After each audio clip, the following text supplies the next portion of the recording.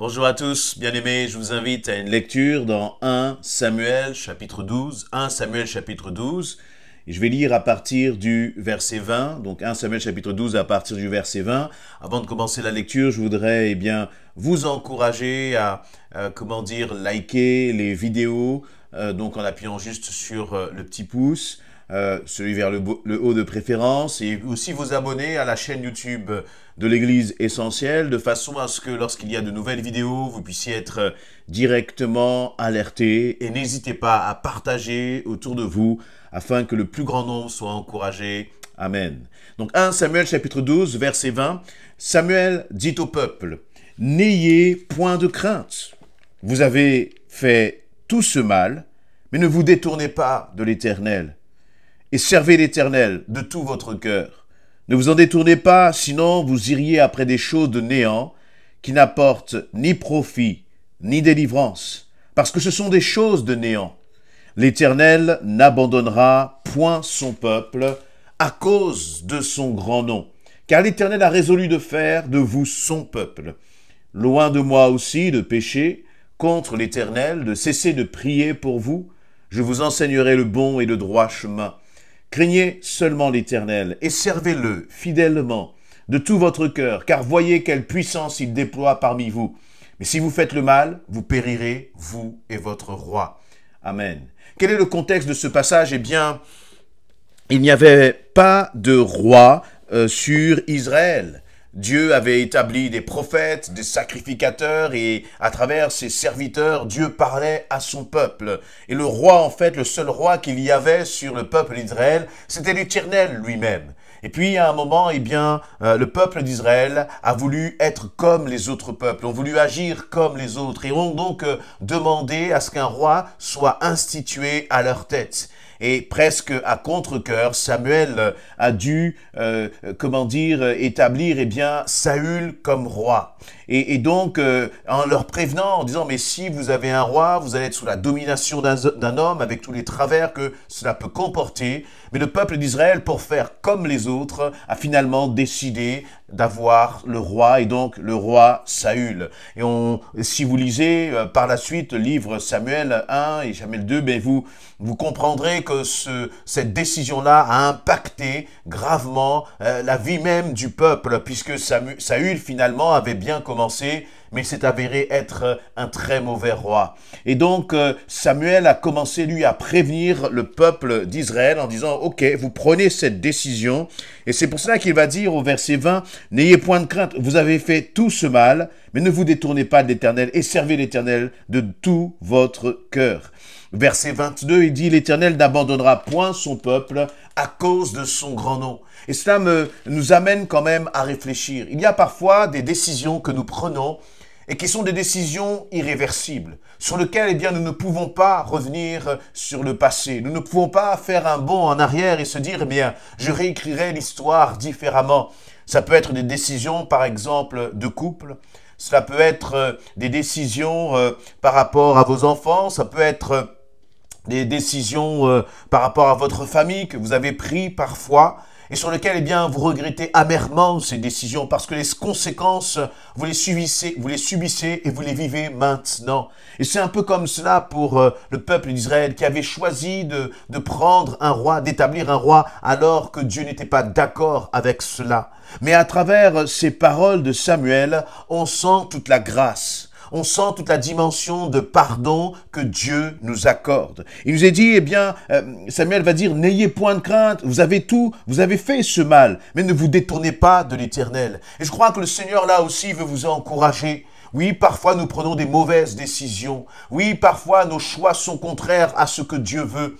Mais je crois que si vraiment on reconnaît que nous avons mal agi, que nous nous repentons, que nous demandons pardon à notre Dieu et que nous décidons malgré notre passé de nous attacher maintenant au Seigneur, le Seigneur, si tu décides de le servir, peut-être parfois ça peut être une femme qui est partie, elle connaissait le Seigneur et puis finalement elle est partie avec un homme et Dieu n'était pas d'accord avec cela, mais tu as réalisé que tu avais mal agi, tu as beaucoup souffert à travers cette situation. Mais si tu reviens à Dieu, eh bien Dieu est capable de te donner un avenir. Et pourquoi? Pas seulement parce que nous méritons quoi que ce soit. D'ailleurs, nous pourrions être de ces hommes et de ces femmes qui n'avons jamais fauté, ça n'existe pas bien sûr, mais même dans cette hypothèse, Dieu ne nous fait pas grâce. Dieu ne nous bénit pas parce que nous le méritons. Et au verset 22, il nous est dit, l'Éternel n'abandonnera point son peuple. L'Éternel ne t'abandonnera pas. Même si tu as pris des mauvaises décisions dans le passé, mais que tu décides de revenir à ton Dieu, que tu décides d'aimer Jésus-Christ par-dessus tout.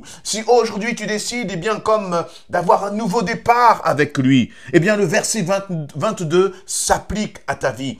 L'Éternel ne t'abandonnera pas. Il dira, à cause de son grand nom, car l'Éternel a résolu de faire de vous son peuple.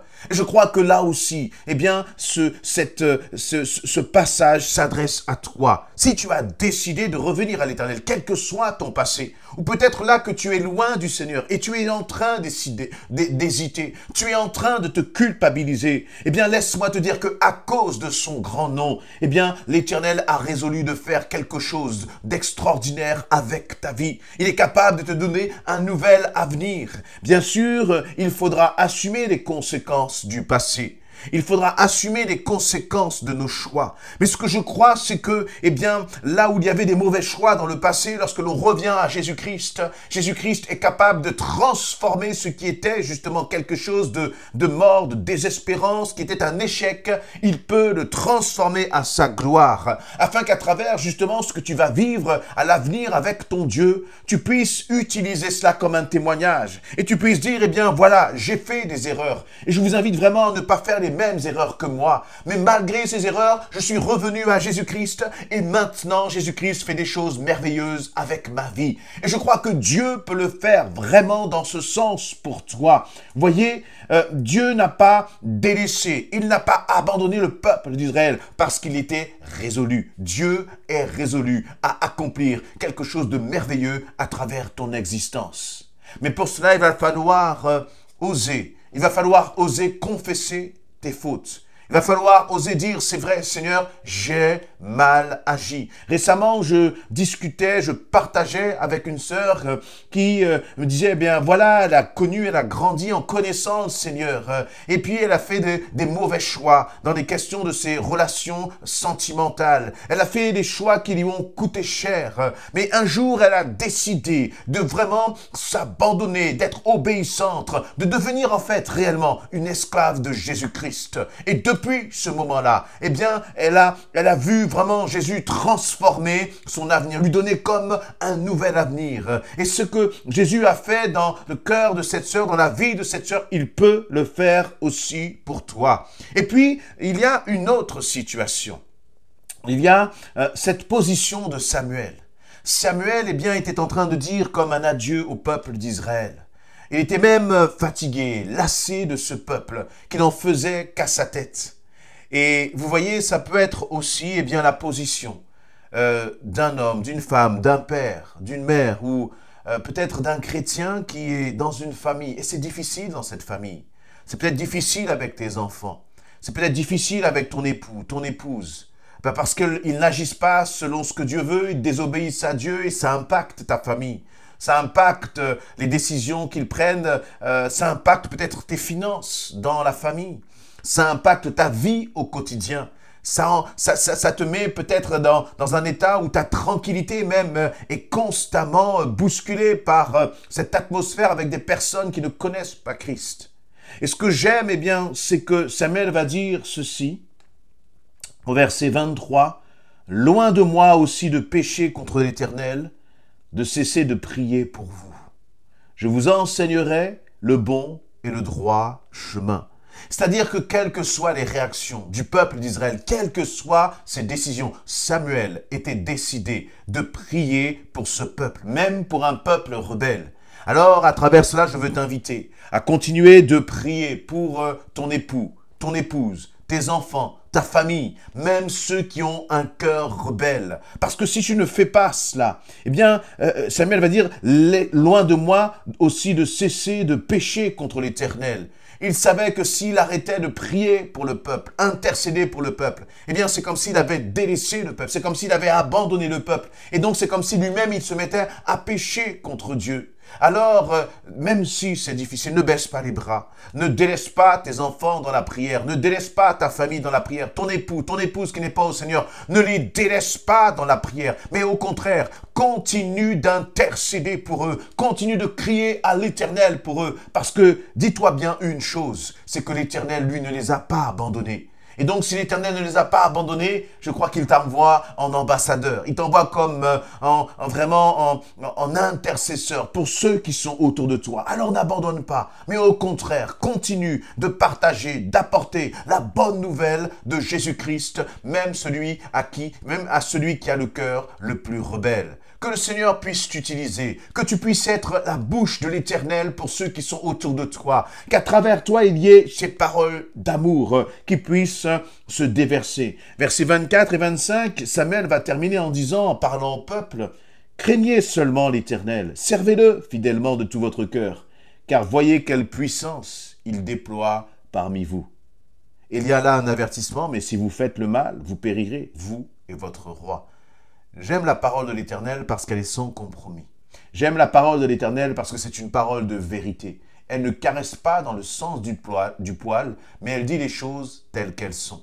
Et donc, Samuel va avoir cette double attitude. Il va dire, craignez l'Éternel, servez l'Éternel fidèlement, et vous verrez sa puissance, vous verrez sa gloire se manifester. Je crois que c'est ce que nous pouvons dire aussi à nos familles. Et en même temps, les mettant en garde en leur disant, mais attention, si vous faites le mal, eh bien les conséquences seront dramatiques.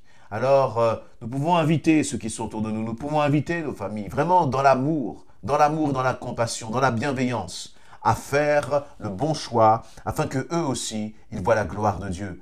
En attendant qu'ils fassent ce bon choix, ne baisse pas les bras, persévère, soyons comme des Samuel que l'Éternel a placés auprès des nôtres pour continuer, pour persévérer dans la proclamation de la bonne nouvelle. Amen.